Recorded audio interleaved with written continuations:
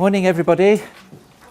Morning. It's unusual to have me lecturing, but I've not done it since last term, but I've got this one opportunity to talk to you today about authenticity. And there are several reasons for doing this, not least because some of you are interested in this topic for your dissertations. And another reason is that it's a very highly problematic concept.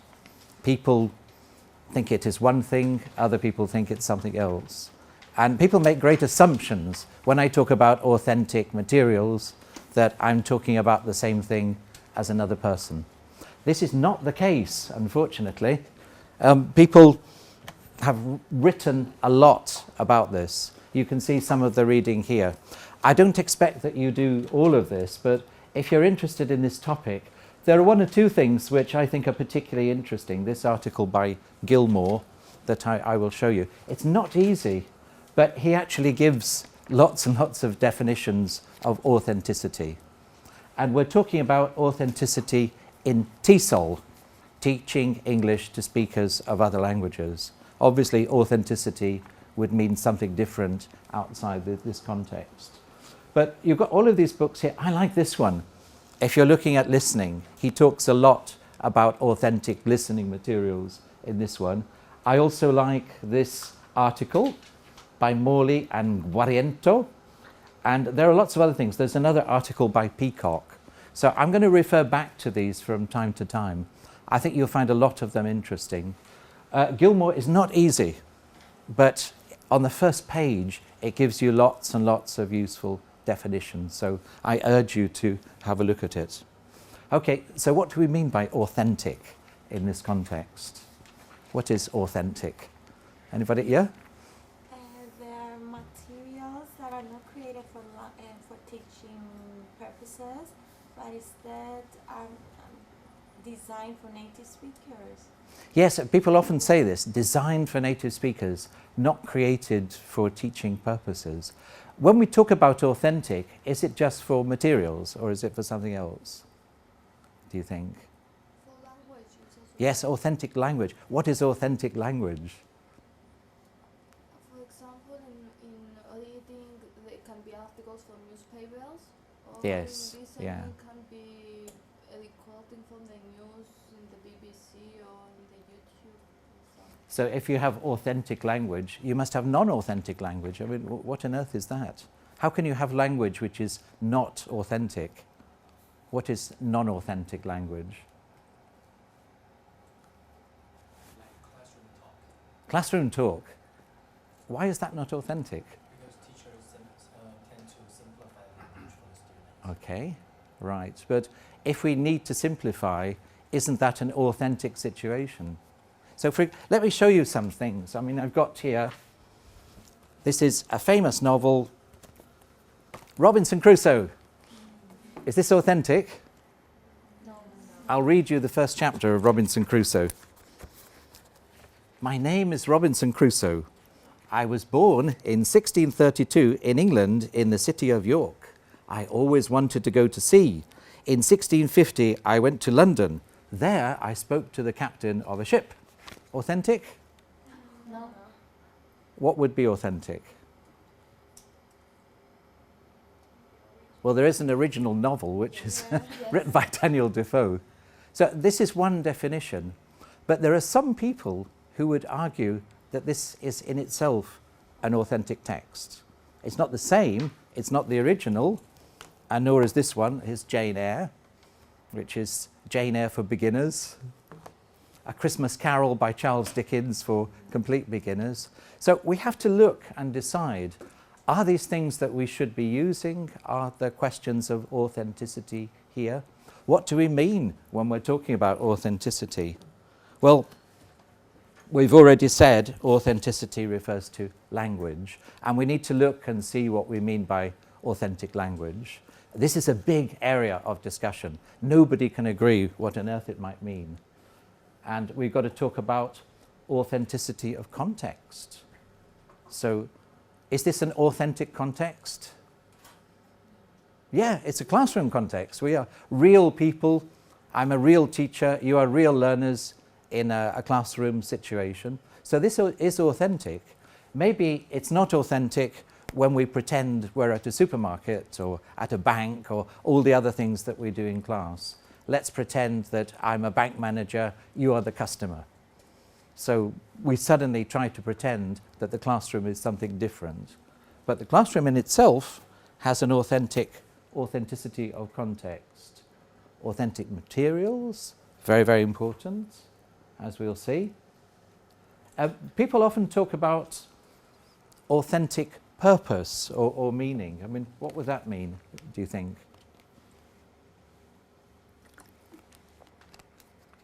Could you have a non-authentic purpose? And what would it be? This is a bit trickier, but this is also important, I think, because when we're looking at authenticity, I think people have this idea that language and materials, yes, but what about authentic purpose? So, for example, if I say, is this a floor? Is it a floor? It's not authentic because you know that. No, it's a ceiling. Is this a chair? No, it's a table. We do this to learners in classes, but our purpose is very, very odd. When we don't really want to know, I mean, we are not completely blind, we can see whether it's a table or a chair. But what we want is to find out if you know the word for it. So it's a slightly different thing, and it's a change of purpose, if you like. But we could also argue that the linguistic purpose is also authentic. So this is where it gets complicated. We've also got authentic activities. Could you think of a class activity that might not be authentic? Maybe the one I just showed you, not particularly authentic, but what other things could we have? I think we just like the teachers ask the student to pretend they're in a bank or a supermarket to Yes, yeah. practice the conversation between customer and staff. Yes, this is extraordinary. As teachers, we commonly ask people, I saw a class where a student was asked to be the queen. I mean, how useful is this, you know? I mean, when do you get to pretend to be the queen and use, it was very entertaining. She used the language of the queen, but it's not actually very practical, is it? I mean, you don't get to be a queen very often. Not many people in this life, and perhaps never. So this is a question of whether the activity itself or the task is authentic or non-authentic. Once again, it's a very, very grey area. And then we've got authenticity of interaction, we will talk about. And we can even have authenticity of assessment. You know, we can talk about authentic tests and non-authentic tests. So you can see it gets very, very, very complicated. And if you look at Gilmore's article, he goes into this in great detail. And the reason I'm showing you this, and the reason I'm talking to you today, is because I believe this topic is oversimplified. People say, when we use authentic materials, teachers should use authentic language in class. And they kind of assume that the reader knows what they're talking about. But very often, that reader might have a very different opinion about what is meant. So how many of you are thinking of doing a topic which is related to authentic materials, authenticity? Is anybody? Oh, well, that's popular. I think it might impinge on a lot that you're doing. If you're looking at course books, if you're looking at materials, if you're looking at evaluation of what is used in class, you cannot escape from this topic of authenticity. Authenticity may not be in the title of your dissertation, but you have to consider it at some point. It is a key concept that you will have to unpack. And it's not just language or materials, it's also how they're used in class. Okay, let's have a look at, first of all, authentic language. Let's see this one. This is a definition of authentic language. Authentic language would be undoctored, exactly as people in real life use it, in situations where people are not paying attention, monitoring their language use. There should be a to missing here, paying attention to their language use, and are not thinking about what people might be doing to judge their language use or make judgments about them. So clear? Not exactly. People get absolutely tied in knots when they do this. But there are issues here about undoctored. What does that mean? Undoctored. Heavily doctored.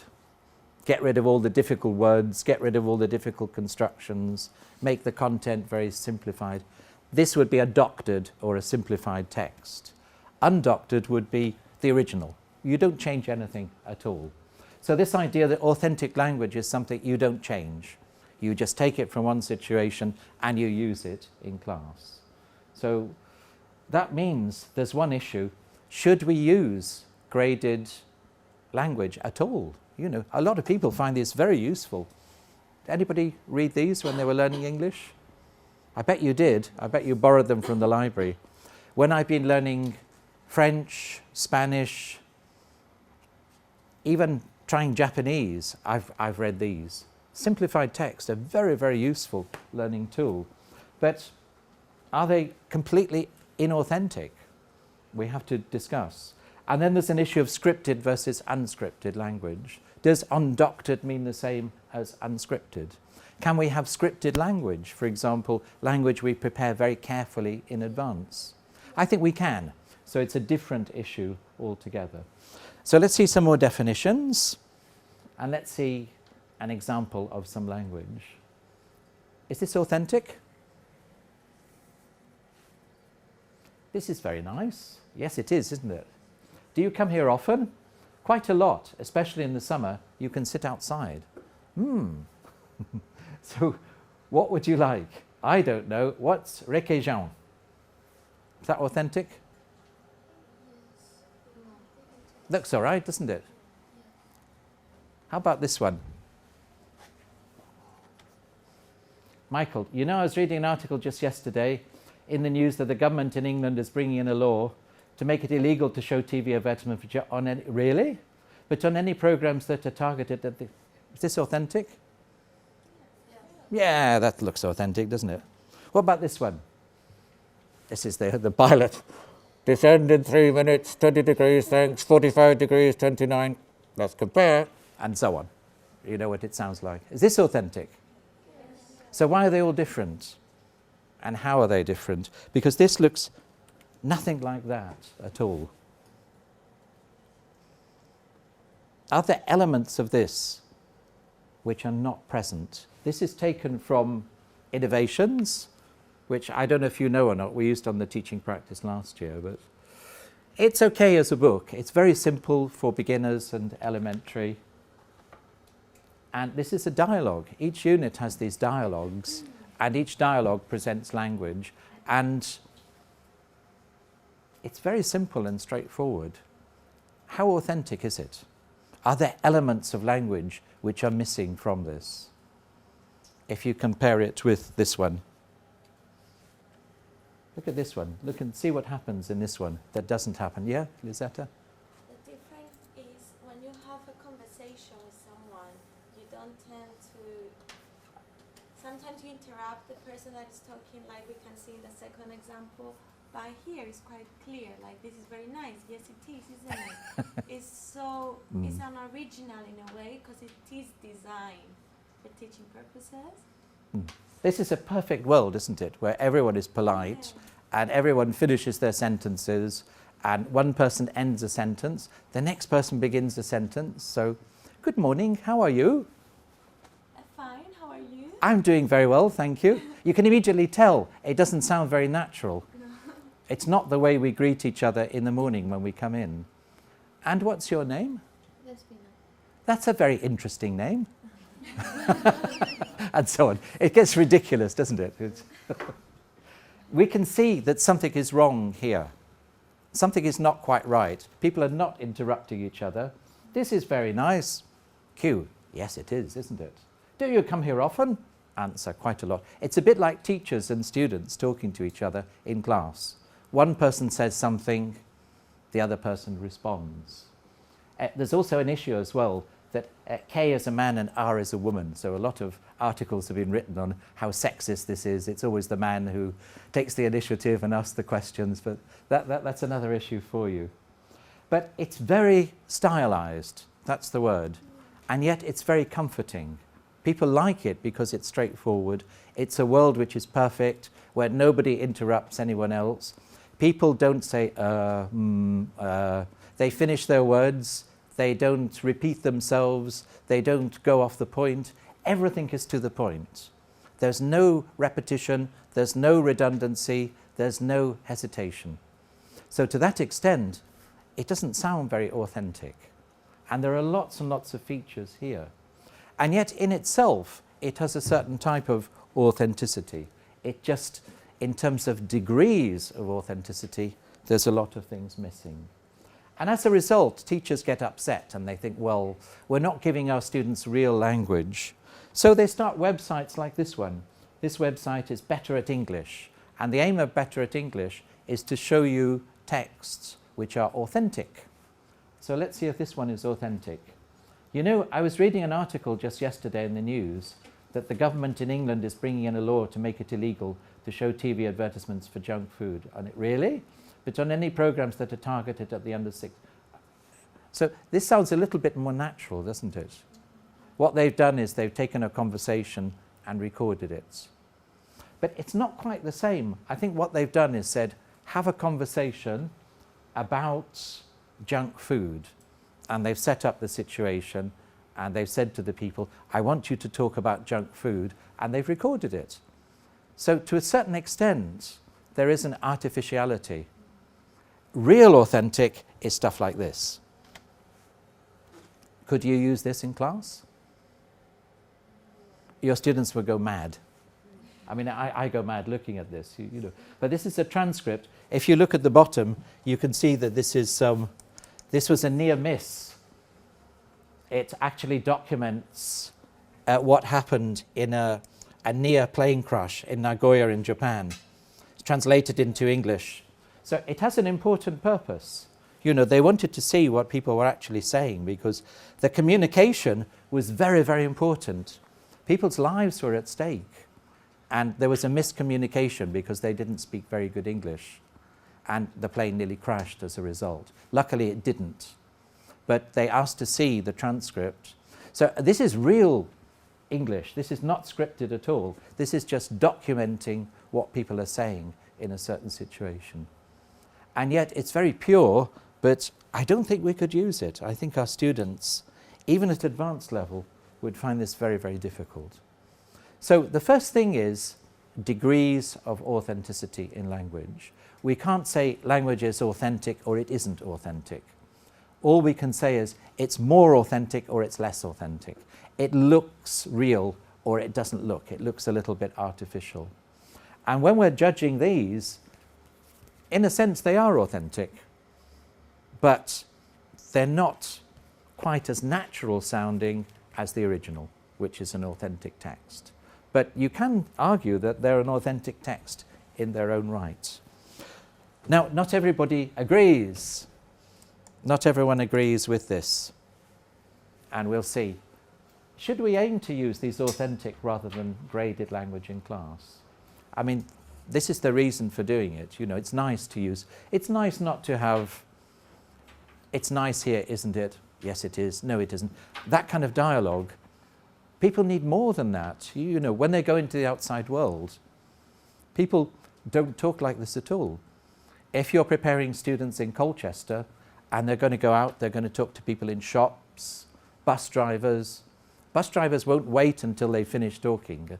Say, oh, good morning, sir. Could you please give me a ticket to the centre of town? Yes, sir. Here you are. They don't talk like this. It's very, very rapid.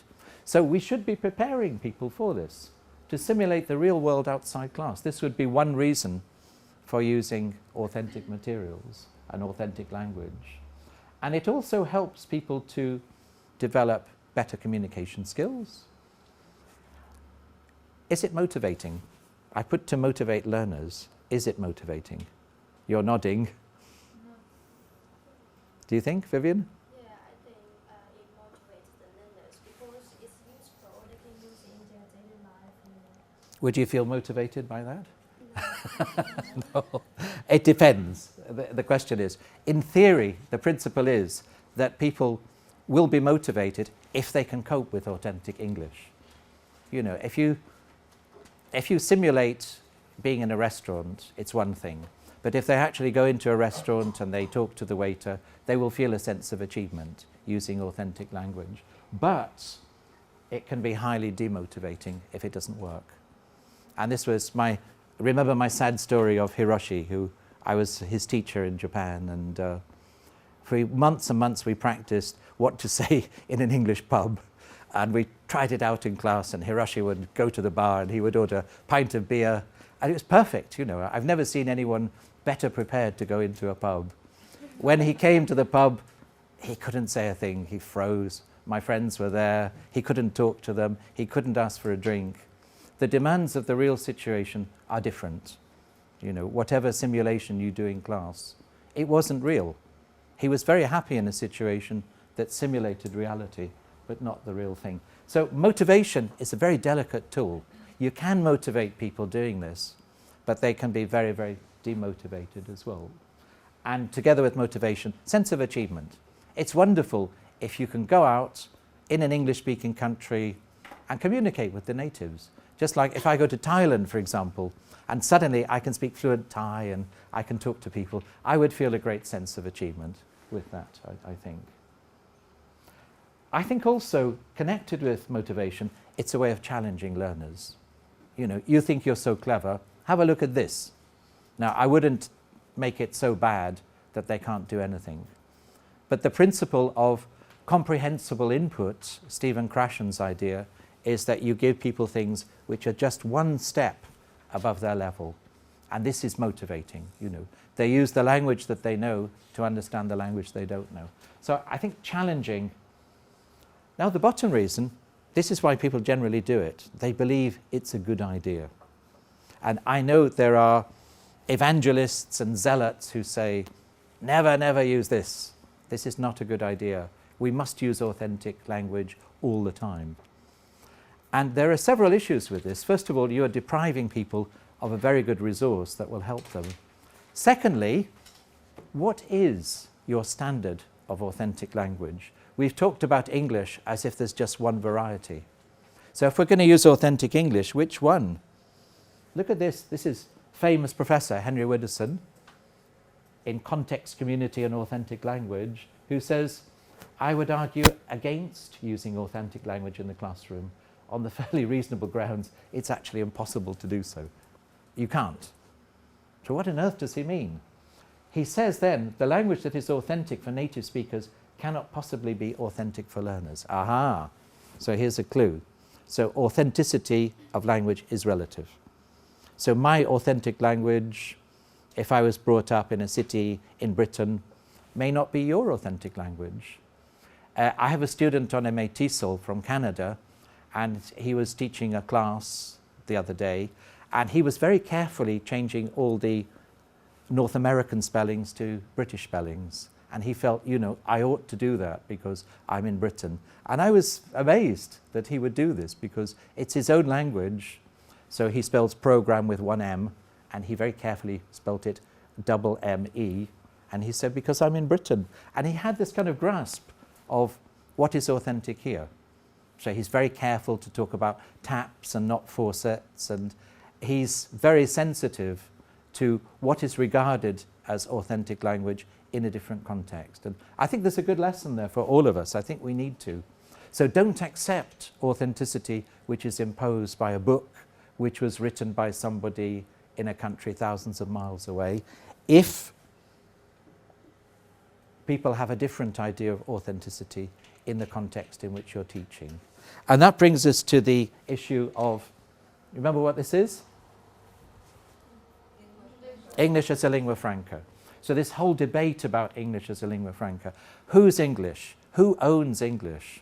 Are there varieties of English that we should regard as equally acceptable as the so-called standard varieties?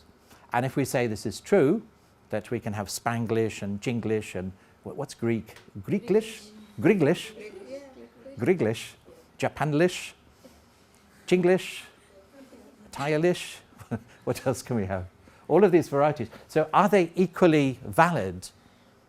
Or do we have to keep to standard varieties? So once again, this question of authenticity of language. And in general, you'll find a divide. Clever applied linguists are very dismissive and saying, of course, we can't talk about authenticity. Teachers, on the other hand, are more practical and they want to define a standard of authenticity. You are in the middle because you have to take both points of view into consideration. When you're writing about this, when you're researching into this, you have to think about authenticity as a relative concept. Authenticity of language. There isn't an absolutely authentic language which is locked in a little box and someone has the key.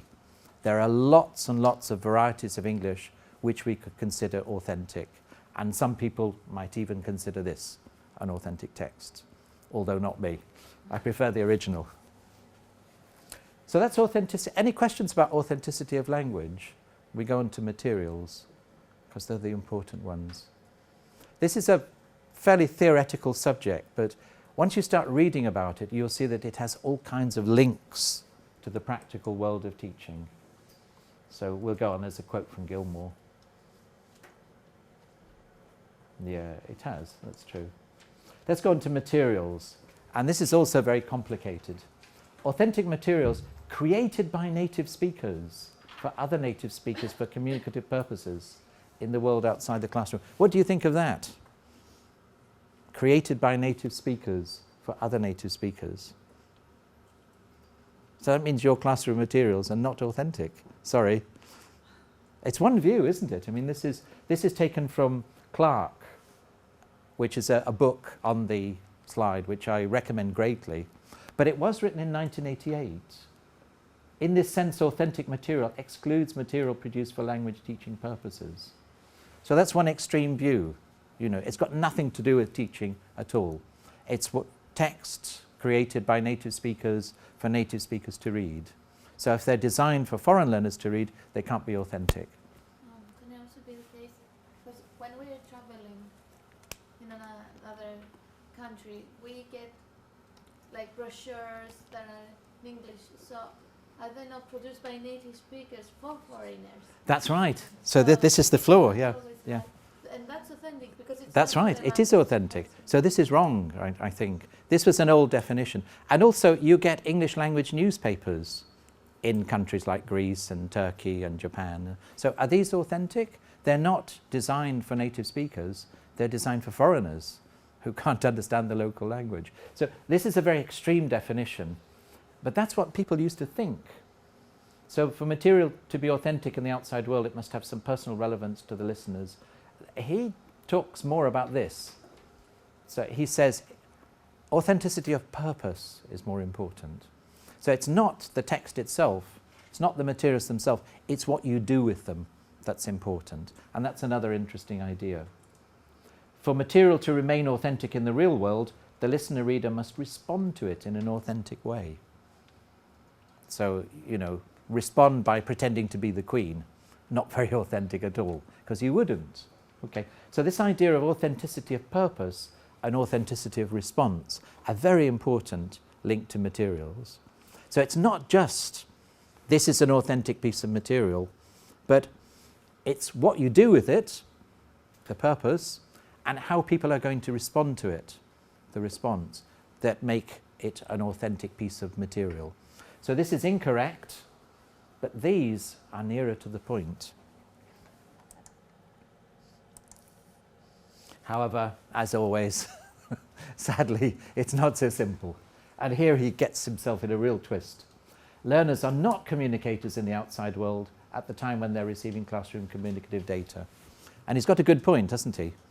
So how can we pretend, how can we bring the outside world into the classroom? If it's on a screen, it's still not the outside world. It's a screen version, it's the camera's eye. So we can't pretend that we're in an authentic situation, because this is our authentic situation. You know, we're in a class, we've got desks, there's a clock on the wall, there's a screen, there's a teacher. That is our reality and our authentic situation. So there's therefore another perspective on authenticity that needs to be taken into consideration. Material needs not only to serve an authentic communicative purpose, but also serve the purpose of language learning. So we can talk about authentic purpose, but we're also learners, you know, and teachers. So that's why this can be authentic. So it may not be authentic in terms of what it is, but there is an authentic teaching and learning purpose. And that is why many people will consider this. And also, all the lovely dialogues and innovations, authentic, yes, because there's an authentic learning purpose. And you are learners, or your students are learners, so they're doing, in reality, what they're supposed to be doing. They're learning, and you as the teacher are doing what you're supposed to be doing, so how can you get more authentic? That's why it's so complicated, and that's why you can't just write sentences about it's authentic, it isn't authentic. Whenever you're writing about authenticity, you have to go into these issues and say, what do I mean by this? And you have to make it very, very clear. Otherwise, your readers will get very confused. And there's also a concept of genuineness. Do you know this word, genuine? Genuine? I won't get some money out, but if you've got a coin, how do you tell if a coin is genuine? You bite it, see what happens, yes. Or you look at the watermark, if you've got a pound note, and see if it's genuine. Your passports are genuine if they've got all of those watermarks on. So genuine, it's not the same as authentic, according to these writers. And they talk about extracts from text, and I'm going to give you one right now to look at. This is an extract from a very interesting book, which you might want to read. It's called You Just Don't Understand, and it's about the way men and women communicate with each other, or more often fail to communicate with each other. And it's very, very interesting. This bit is about asking directions. So I'm going to give you this. It's just fun to read. If you want to, can you pass them all back, hand them out?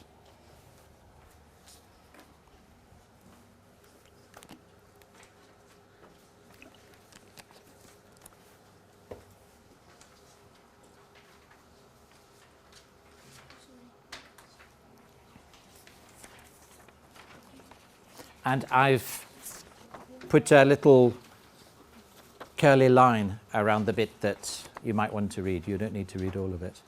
We're not going to look at this yet. In the second part of the lecture, we will look at this. Do we have enough copies? Is there enough for everybody? I think there are, yes. Now, the point about this is that it's not a whole text. This is a simplified text, and it is a whole text. This is a so-called authentic text, but we've taken a little piece and we've taken it out and we put it on a piece of paper and we give it to our students and say, here, read this. Is it authentic or not?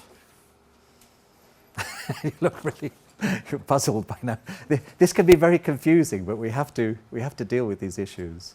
Well, some people would say this is genuine, but it's not an authentic text, because the authentic text was the whole book. And what I've done is I've done this evil act by removing this extract, and I've changed it, you know. And everybody knows how you can change people's words if you're just very selective. If they say, I love living in Britain, it's a wonderful place, it's marvellous, the people are friendly, fantastic, and then they say one nasty thing, and you select the one nasty thing that they say, oh, the weather is awful. So, views on Britain, the weather is awful. So what you're doing is you're selecting a genuine quotation, but it doesn't give the flavour of the original authentic text. And this is the problem with extracts. So there are some writers who say this is not an authentic text. This is a genuine extract from a text that was authentic until we started chopping it up into bits. And we'll have a read of this in a minute, because this does have implications. You know, I mean, we do change things by cutting them in this way. And I've seen teachers do dreadful things to text. I've seen Shakespeare poems which have been cut into pieces and reordered. And it kind of ruined the sound of the poem when this happened. And some people put it back in the wrong order and were told, no, this is wrong, and that there is one right answer. So that wasn't its purpose as an original text. And we should be careful with extracts. The extract is a piece of genuine discourse, but the fact it's been removed from a larger text makes it less natural and less authentic. In the normal run of events, we do not encounter discourse in the form of separate reading passages, but as complete rhetorical units. He means books, articles. And he's right, you know, that in real life, in authentic context, and there's another type of authenticity, in authentic context, we don't encounter little bits of text. But when we look at course books, that's all we encounter. There we are, reading. Tiny, tiny little bit of text. And it may be an authentic text because it was written for this course book, but it's very, very short. And normally, in real life, we come across long texts, except in certain fields like advertising, where the texts are deliberately short. So we have to think about this question.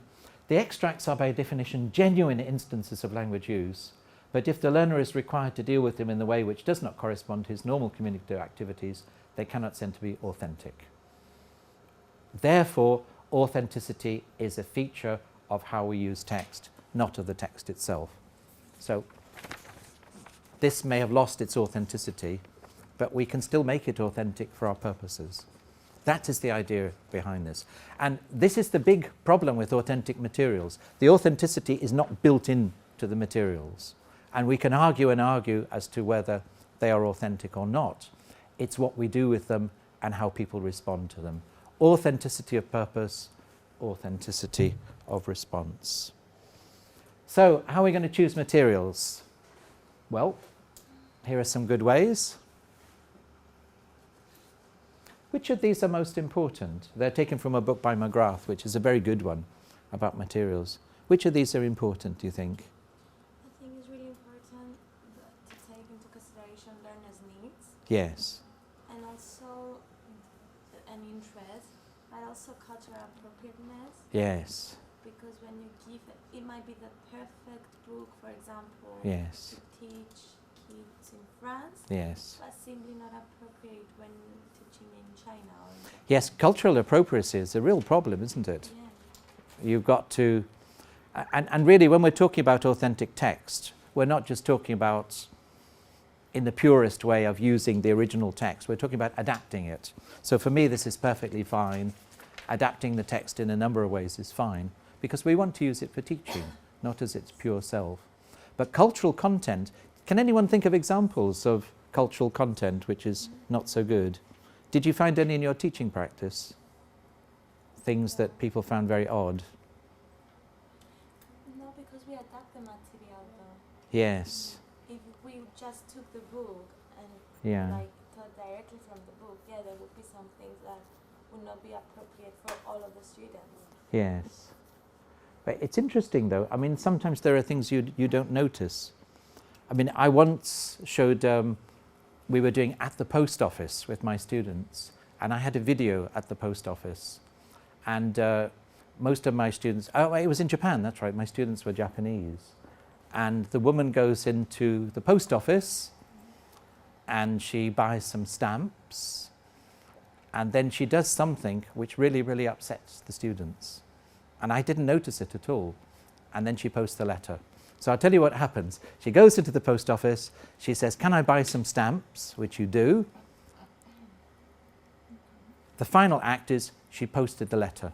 What happened in between that upset the students so much? She licked the stamps, yes. She did this, she got the stamp and licked it. My students were horrified. They said, "Are the hygiene laws in Britain, what on earth is going on?" And I said, "Come on everybody, we're supposed to be talking about the post office." No, we want to talk about health issues and hygiene laws. And they really did. We had a wonderful discussion about this. But the point is, there was a kind of cultural component that was built into that, which I took for granted. I mean, I didn't think everybody licked stamps, but I didn't think it would upset people. Have you never seen anything like this? Had any examples in your own teaching of this happening? It can be extraordinary, actually. I mean, sometimes it's the oddest things that people notice. I mean, one way to do it is to find get your students to identify examples. You know, if they can come up with things that they find really strange in a course book, let them tell you. And you'd be surprised the things that they tell you, things like this. It struck me then how powerful culture is and how we must take cultural appropriateness into consideration when we're looking at materials. But are these the most important? Do we have to do all of these? I think it's a pretty good list, by the way. I mean, what are cognitive demands? What does that mean in simple English? Student understand. Yes, can they understand the content? Yeah. Linguistic demands, can they understand the language? But cognitive demands, if you're going to give them a text on nuclear physics, will they be able to understand it? What are logistical considerations? What are those? What do we mean by logistical? Transportation can be part of logistics. Logistics means the way you organize things. So a logistical consideration would be, will they have time to read the text? Will they be able to access the text? If you're doing pair work with them, will you be able to manage this pair work and group work in the class? So all of these things, not just for choosing, but also adapting, we have to think about all of them. And I put in quality as well of recordings. And I just note that these days, your little graded readers come with CDs, so you can get the recording as well. It's not just a written text. Quality of recording, very, very important. And finally, exploitability. What's that, exploitability? Being able to use them in different ways. That's right, yes. Something that's very, very usable. I'm going to give you another text. And you must be fed up listening to me talking for 45 minutes. So I'm going to give you something to think about. I want you to look at these principles, and I want you to think particularly about exploitability. You already have this text. I'm going to give you another text called, this is another authentic text, and I've used both of these in my teaching. I would like you to work with one or two people. You may choose. It can be one person, it can be two people. And I want you to compare the text. I want you to say which text, in your opinion, is more exploitable for teaching and why. So let's pass them all round. And I'll give you about 10 minutes to do this, and then I'm going to ask you to report back. And then we'll go on.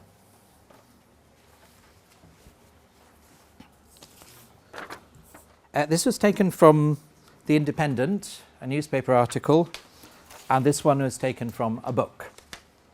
But apart from that, they're just two ordinary texts.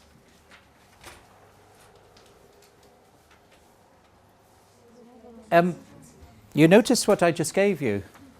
This will give you a clue as to how I actually use this. When you look at a text and you're thinking about these things, often a text can just seem right. This text is very, very interesting. The idea, I mean the topic, you can get all kinds of interesting discussions and debates going with this. People have very strong opinions, and I think it's true. I do agree with the opinion in this, that men hate asking for directions, and women love it for some reason. I don't know why. Some women would spend all of their life asking for directions, and I honestly don't understand why this is the case. But if I get lost in the car, I always say, I'll find my way. And we go round and round in circles. And if my wife or my sister or anybody's, let's stop this guy and ask for directions. And I say, no, he doesn't look very clever at all. He'll have no idea, he looks like a tourist. I'm not going to ask this guy directions, no way. And then we just argue and argue. And in the end, we ask someone who can't speak English, and they say, see, I am right, we can't do this. And it's a kind of deeply ingrained belief. So you can have all kinds of discussions based on this. But as a text, it's not very accessible. You've only got to look at this one, and you can see a structure. So if you're using it for reading, rather than just a topic for discussion, people can access the hidden structure of this text. And the hidden structure is like this. You can ask them to take notes. I mean, I actually give them a grid that looks like this one. I say, okay, this is all about car culture, people being dependent on cars. So have a look at the causes of car dependency, the consequences, and the solutions. That's all we do, you know, just something very simple like that. And you'll find that the text is structured in this way. It defines the problem and talks about the causes of our dependency on cars. Then it talks about the consequences, and then it talks about the solutions. And these are my notes. So this would be a kind of answer key if you wanted people to make notes on this. It is a very, very good text in terms of structure. It's very good for helping people to make sense of what is an authentic text.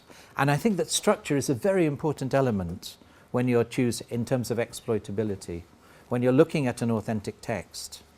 What other things are important? Not just the structure. What else does this text have which make it very exploitable? Yes, the table is very good. It's got something visual. That breaks up, yeah.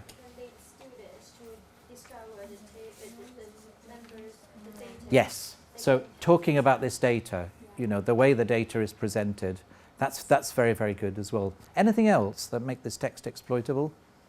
The way that there are three columns. Yep. It helps a lot. It makes It helps your eye, doesn't it? It divides up the text. And also,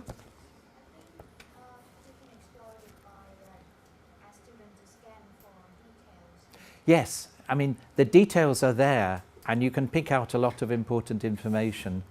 That's absolutely true. The topic is good? It's good because everyone can discuss it. Yes. And encounter such. People will have an opinion on this topic, certainly. I was just going to say the size. You know, it's a self-contained text. It's not an extract. It's a text in itself. And even though I'm not a purist, like the applied linguists, extracts are problematic because you don't know what comes before and you don't know what comes afterwards. If a text is self-contained in this way, you've got the beginning, you've got the end. It's all there. So for a text to be self-contained is very good. And if you can find short texts like this that are exploitable, where would you normally look for such texts? Newspapers, internet articles, you know, books are not very good. So fascinating though this book is, it's quite hard just to choose an extract and for that to be exploitable. Whereas a newspaper article, self-contained, you can choose a nice one. So this is actually quite important, I think. And if you look at McGrath, I'll give you McGrath's, oops, sorry, that's the wrong way.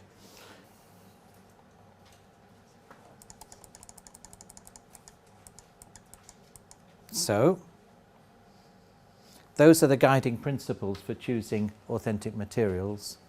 Let's go on to authentic tasks, because that's quite important.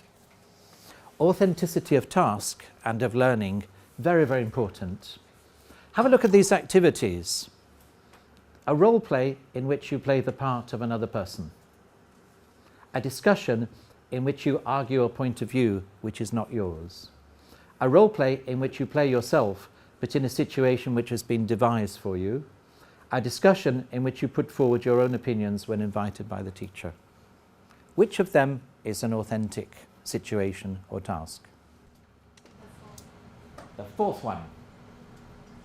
Okay. Any other opinions? This is not a test, by the way. Just want to get your opinions on this. Which of them are not authentic? First one's not great, is it? And yet we do it all the time. It's about degree. Yes, once again, it's degree of authenticity. You could argue none of them are authentic. Because if you take part in a discussion, it's usually spontaneous. But in class, I say, what's your opinion? And then you have to say something. And in real life, you would say something if you wanted to. Whereas in class, the student feels obliged to actually say something. So there's an element of artificiality here. This is the least authentic, and we should bear this in mind. Some people don't like this at all. You're the queen, I'm the Prime Minister. Let's do a role play. Good morning, Your Majesty, and so on.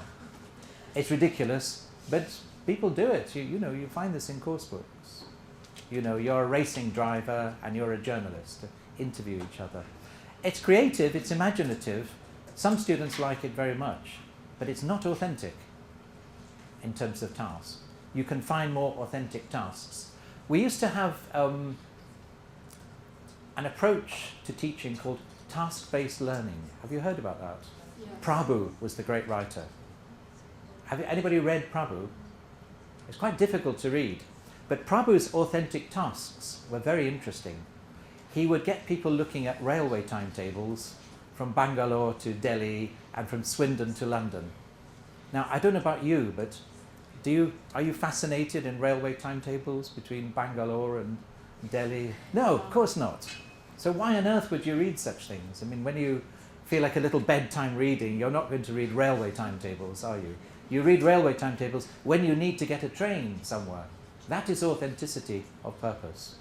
So if you get your students doing railway timetables, let's have a look at railway timetable. Which train are you going to get on? Buy a ticket for that train. This is not authentic. Yeah. Some people would say this is authentic. Authentic language, authentic task. It's only authentic when you're actually going to do it. Or what would be an authentic task in the classroom, do you think? Authentic task in the classroom?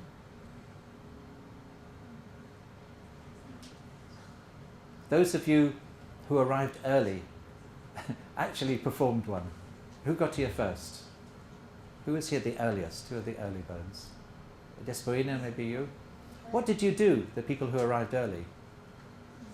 Move the furniture, yes, that's an authentic classroom task. You move the furniture so it's most convenient for the classroom situation. So if you're being strict, you can't talk about authenticity looking at railway timetables. We're not at a railway station. So they're all, to a certain degree, artificial, but some are all more authentic than others. Discussion in which you argue a point of view which is not yours, I think is particularly difficult. So you are for and you are against. Discuss. We do this all the time. You know, we do this. But it's a problem if the person says, well, I'm not against, I'm for. Be quiet, you've got to argue against. This side of the class is against, this side of the class is for. So that sort of thing is a problem. And then a role play in which you play yourself, but in a situation which has been devised for you. So you are going to go on holiday and you ring up the travel agent and you try to make a booking. I know no one does nowadays, but that's the sort of thing. Once again, it is artificial even though it's you. And finally, discussions in which you put forward your own opinions. This is the most authentic. But authenticity of task means authenticity of purpose as well. We've talked about authenticity of purpose. The way you use materials in a meaningful way is reflected in authenticity of tasks and activities. So if you ask people to look at railway timetables, there's no authentic purpose.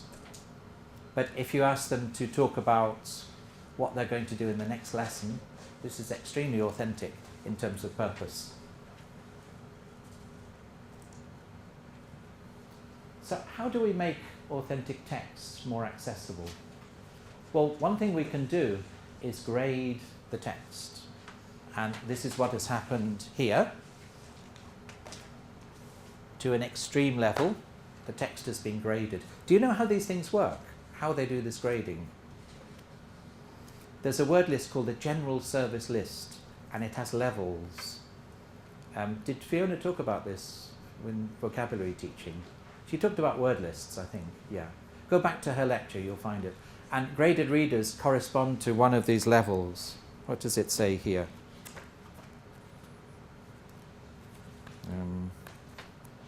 Don't know about that one. Sometimes they say level 1 or level 2. Level. This simplified and abridged edition was written by D.K. Swan using a 500-word vocabulary and the stage 1 structures. So it's a stage 1 level.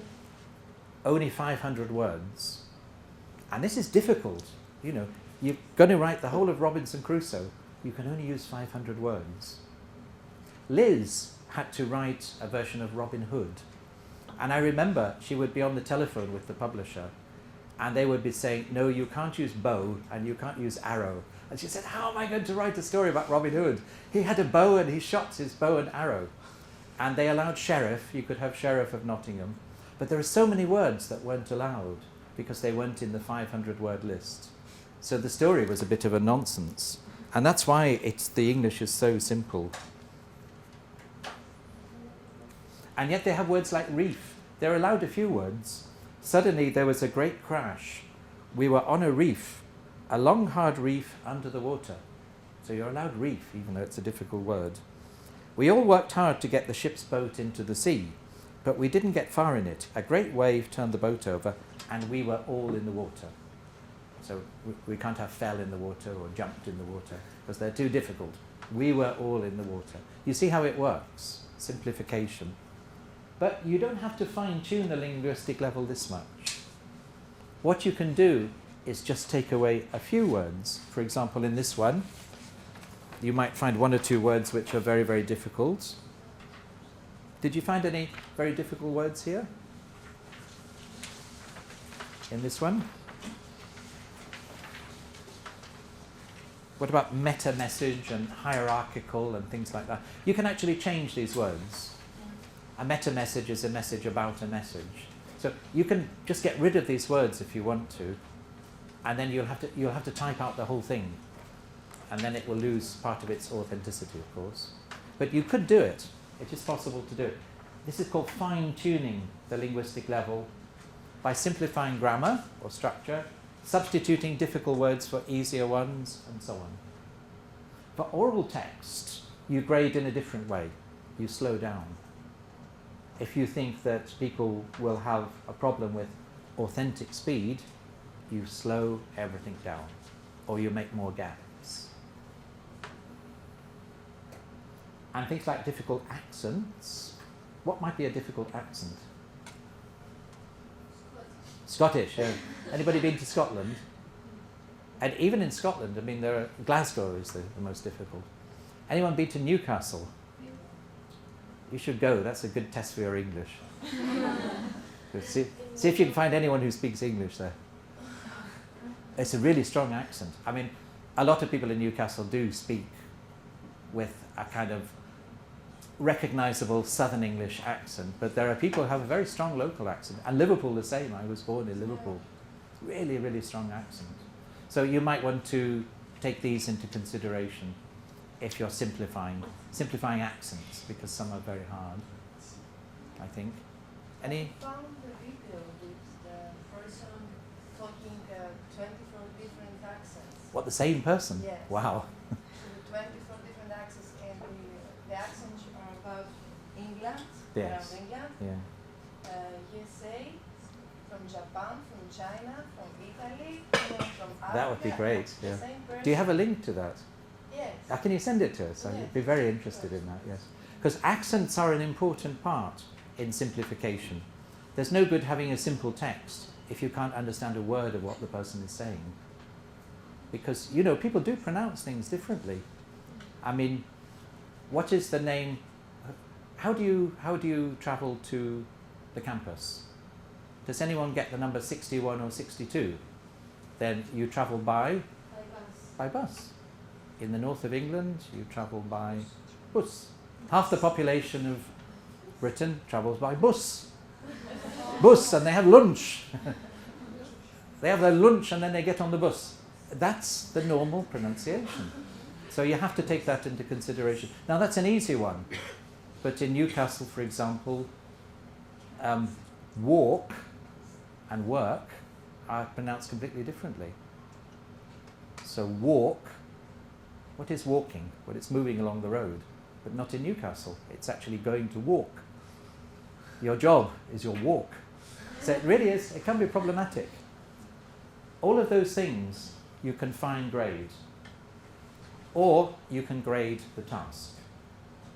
So you have a very difficult authentic text, and you just say, is this statement true or false? Can you do that? Is that a good idea? Very difficult text, and then a very simple task. Is that okay in some circumstances? I think it's a bit of a cheat. It's very frustrating for learners because learners are not stupid, and they know that I can't understand 99% of this. I can do the task, but it doesn't mean that I've understood the text. So I would be careful with this. So that's one thing you can do. And then you've got to consider whether it's appropriate or not to adapt an authentic text. For example, changing the layout. So you want to change some words in this, so you type it all out and present it in a different way. Is this okay? I have problems with this. I would say it's much better to present the text in its original format when you can. Because if you were to type this out and miss out the lines and miss out the source and lots of other things, you'd actually be making it more difficult. I've noticed that people do this in the teaching practice. Sometimes people take a text and they say, oh, I'll have that text, and then they type it out. The point is, it is not the same text. Maybe it was an authentic text, but by typing it out, you have changed it. Its layout is completely different. It's not the same text that you think or are supposed to be using. And that is something worth thinking about, I think, when you're adapting authentic texts. Yeah? When we are adapting, it's not an authentic text anymore. Is it? Even if we change the order of presentation, not just the layout, I mean the way we present the text. Since we bring it in the classroom, it's not authentic anymore. Just That- like when it in the Yes, classroom. you can argue that it becomes contaminated and it stops being authentic. Yes. But I mean, one aim of my lecture, I suppose, is that I don't really want you to think in that way, because authenticity isn't a property that's contained within the text.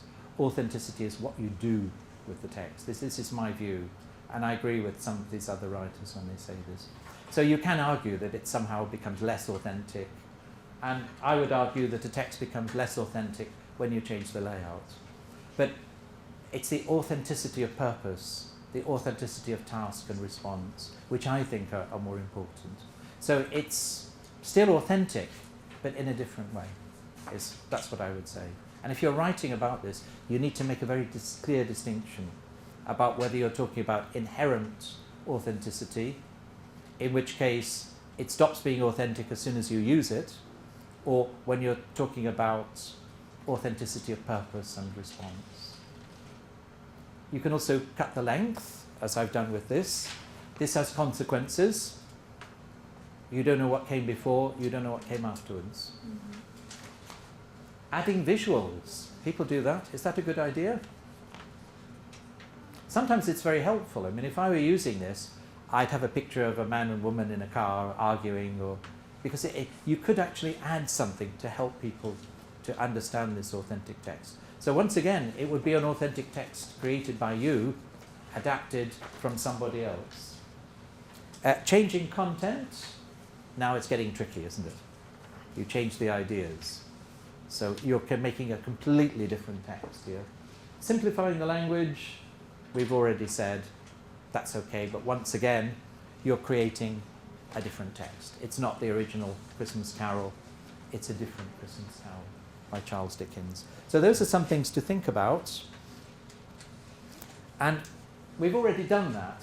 I asked you to do that earlier. What changes would you make to the sample text for a group of advanced learners and for intermediate learners? But you can go away and think about those, you know.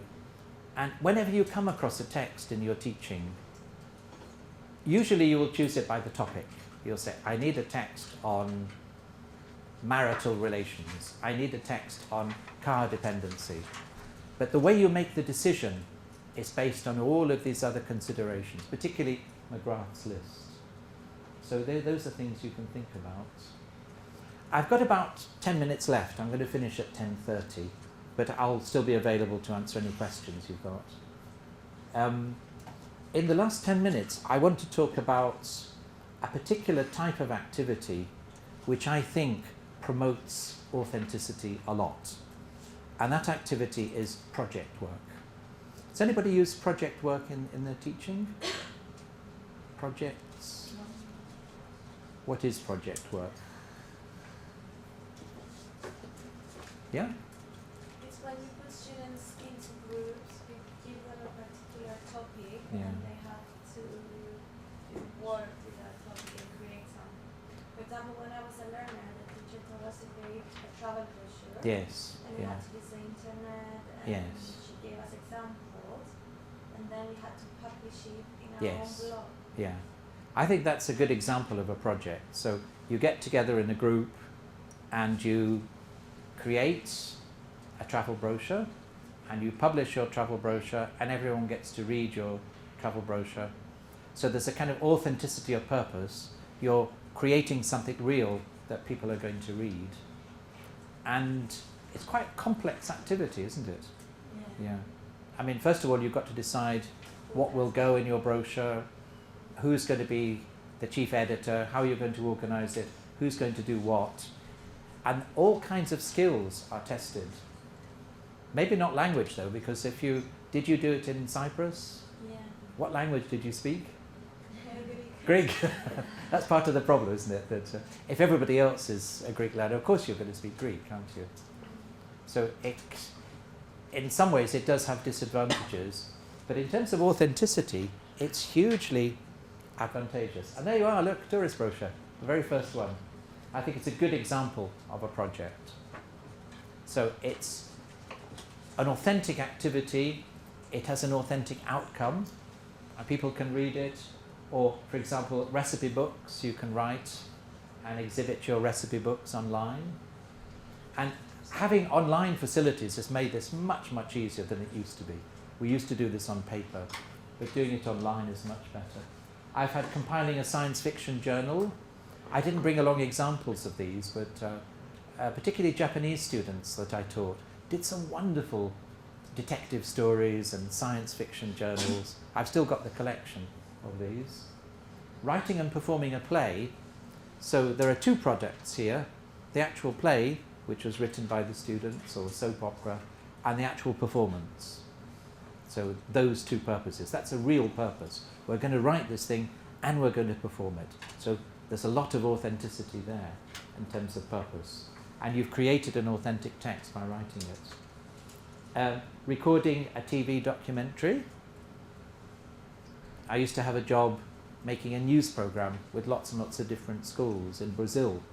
And each school would do a little bit for the news program. And we put it together. And it was quite good. It was very amateurish, but people were interested. They were interested to watch our news program. Publishing a wall newspaper. All of these recreate authentic, real-world context in which language is a means to an end. And I think that's our definition of authenticity, really. That we're not looking at language for its own sake. We're looking at what you can do with language. So authenticity can be in language, can be in texts. But authenticity of task and purpose, to me, are the really, really important ones. So if you're writing about authenticity, don't forget about this, that this is a kind of double-edged weapon.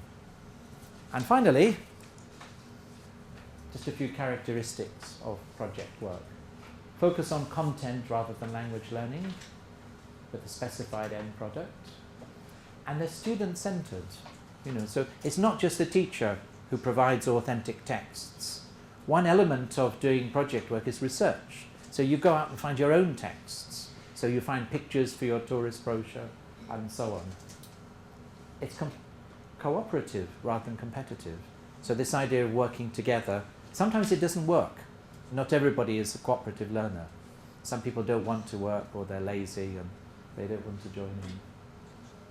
But leads to the authentic integration of skills mirroring real life tasks.